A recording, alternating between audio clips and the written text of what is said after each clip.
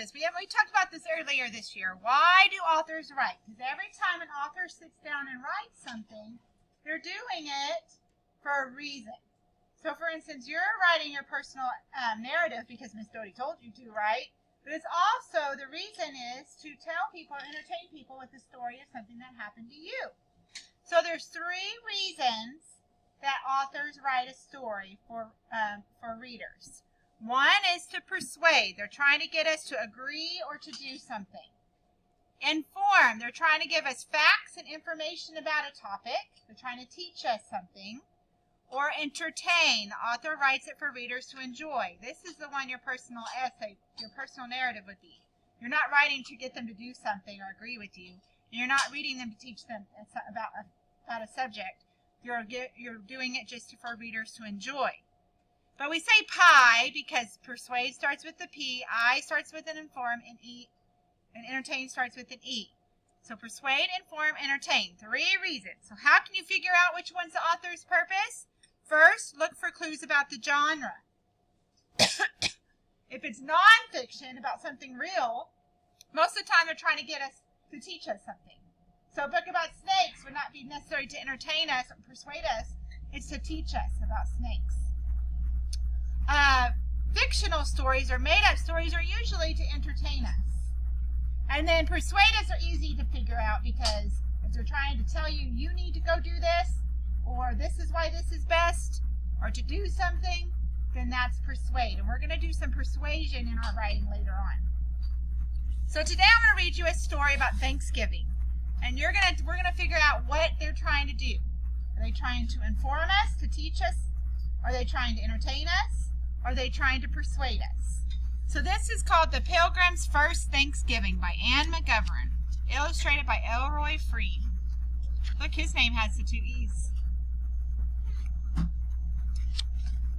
right. A long time ago, some men and women, boys and girls, 2 dogs and a cat sailed on a ship across the sea. They left their old country because they could not pray the way they wanted. The people were called pilgrims. The ship was called the Mayflower. The Mayflower was as big as 2 trucks, but it was not big enough. The pilgrims and sailors crowded together to sleep. They crowded together to eat. The children had no room to run around. They had no toys. They had to leave most of their things behind. The Pilgrim children hated the food on the ship, but they had to eat it. There was nothing else, nothing but the same old salted beef or fish. That's all you could eat every day. Nothing but the hard, dry biscuits, a little bite of cheese, and a little bit of butter. That's all you got every day for every meal. After a while, the food turned bad, and there was not enough water for drinking or washing. The children couldn't sleep in warm, cozy beds. They slept on the hard, cold floor of the ship. They slept in the same clothes they wore every day. Their clothes got torn and dirty and smelly. Day by day, things got worse. Storms came. The wind blew hard. The waves tossed the ship about. The Mayflower rolled and creaked in the stormy sea. The rain soaked the ship. The rain poured on the pilgrims. They were cold and wet. Many of the pilgrims got sick. Would this terrible voyage ever end? They prayed for the day they would see land. They had sailed away in warm September. Now it was cold November. They had been on the Mayflower for 2 months and 3 days. Can you imagine wearing the same clothes, sleeping on a hard floor, and eating the same food every day for 2 months and 3 days? That's 63 days. The next day, finally, after 63 days, they had saw land. They were very happy, but they were scared too. What kind of land was this? There was no houses, no stores, no people to meet them, only an empty, white, sandy beach with trees and bushes behind it. Oh, but it was good to be on land again. The Pilgrim children ran up and down the beach, feeling the sand and the land beneath their feet. Winter was coming. The Pilgrims had to find a safe place for all of them to live. Every day, a group of pilgrims searched the wild countryside. At last they came to a place with running brooks and rivers, and good land for planting. It was a good place to build their town. They named it Plymouth. So they didn't build it right where they landed. They didn't build their town. They walked up into the land and found a place that had creeks and fresh water and a good place to plant some things and to build houses. They wanted the street to go from the shore to the top of the hill. They wanted a fort on top of the hill. They wanted houses on both sides of the street. They would have to make everything themselves. It would take a long, long time to finish building Plymouth. In the meantime, they would have to sleep on the Mayflower. So they'd work all day building their houses in their town, and then they'd sleep on the Mayflower. The first winter in Plymouth was terrible for the Pilgrims. They could not finish building their homes before the snow fell. They could not find enough food in the forest. The Pilgrims worked as hard as they could, but they were hungry and cold and weak. That winter, many of the Pilgrims got sick. Many of the Pilgrims died. It was just too long of a winter. But then spring. At last the snows began to melt. Spring was coming. There was so much work to do. The Pilgrims worked every day but Sunday. Sunday was the time to think about God. They prayed and sang and listened to long sermons. Every day but Sunday, the Pilgrims worked very hard. They worked making houses. They made their houses from bark and branches.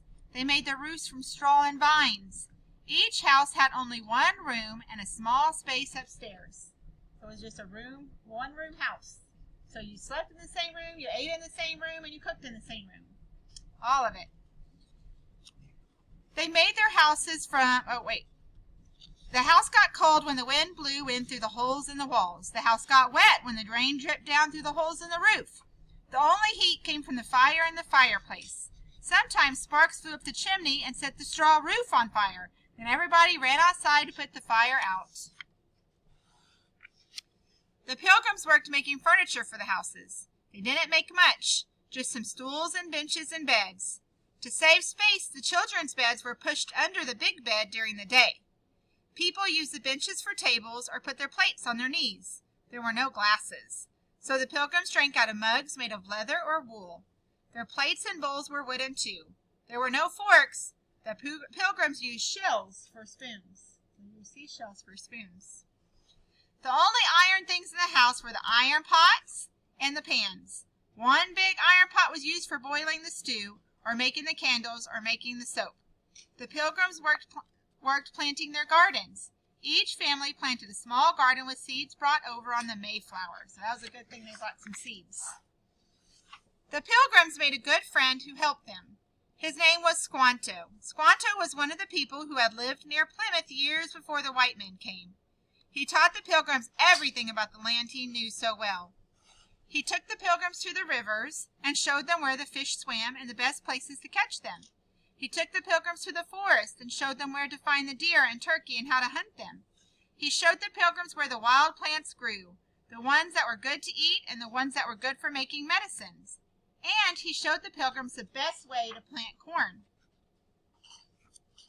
Squanto lived with the Pilgrims for the rest of his life. The Pilgrim children loved him and followed him everywhere. He taught them stories and Indian words. He taught them how to make traps and how to skin animals. The children learned many things from Squanto. There was no real school that first year in Plymouth. The children learned reading and writing from the Pilgrims who knew how. The children learned other things at Plymouth. They learned good manners. At mealtime, good manners meant eating standing up. So to be in good manners, you had to eat standing up. And eating with their hats on. Here we don't need to have hats on. And not speaking unless a grown-up spoke to them first. So only the grown-ups got to sit. The children had to stand. Remember, they didn't have much furniture. The Pilgrim children learned to work hard, just as hard as the grown-ups. They had to watch the cornfield and shoo away the birds and animals. They had to make the big roast and turkeys. They sat near the hot fire and turned the sticks that turned the roast. That job took most of the day. They had other special jobs, too. They had to make mattresses for sleeping. They stuffed pine needles or rags or feathers into big bags. They walked miles to gather grasses for the roofs of the houses. They dug clams out of the mud and picked black mussels from the rocks in the water. So children were busy, weren't they? They were very busy. Every day they cooked and served, and they helped with the washing and the making of soap and the making of candles. Everyone worked harder than they ever worked before. They worked from morning until night, but no one wanted to give up or go back.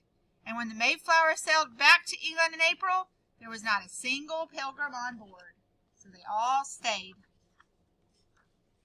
By summer, there were 7 houses were finished and more were being built.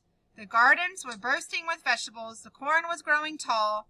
The Pilgrims met more friendly Indians who lived nearby. Their new friends showed the children where to find nuts and where the wild fruit grew. The Pilgrims and the Indians made flour, baked cornbread, and ate together. Summer was the best time for the Pilgrims. There was plenty for all to eat, and there would be plenty when winter came. No one would go hungry. The Pilgrims wanted to celebrate. The first Thanksgiving in America lasted 3 whole days. From the forest, the Pilgrims got wild turkeys, geese, and ducks. The Indians got 5 deer. From the waters, they caught lobsters, clams, oysters, and pounds of fish. From the gardens, they gathered cucumbers, carrots, and cabbages, turnips, and radishes, onions, and beets. Corn was cooked in many ways. There was popcorn, too. There were wild fruits for dessert. Thanksgiving was a time for eating and for sharing. All the Pilgrims took part, and so did their Indian friends. 90 Indians came. There were more Indians than Pilgrims. The men and the boys played games and had jumping and running and racing contests. The women and the girls spent most of their time cooking and serving. The Pilgrims had so much to be thankful for. The long, hard, terrible year was over. They gave thanks for good friends, new homes, and plenty of food. They gave thanks for the new life they had begun in Plymouth. So, what do you think this story's purpose was? Why do you think the author wrote it? To persuade, to get us to agree or to do something, to inform, to teach us about something, or to entertain, just for us to enjoy? Turn to a partner and talk about it. What do you think?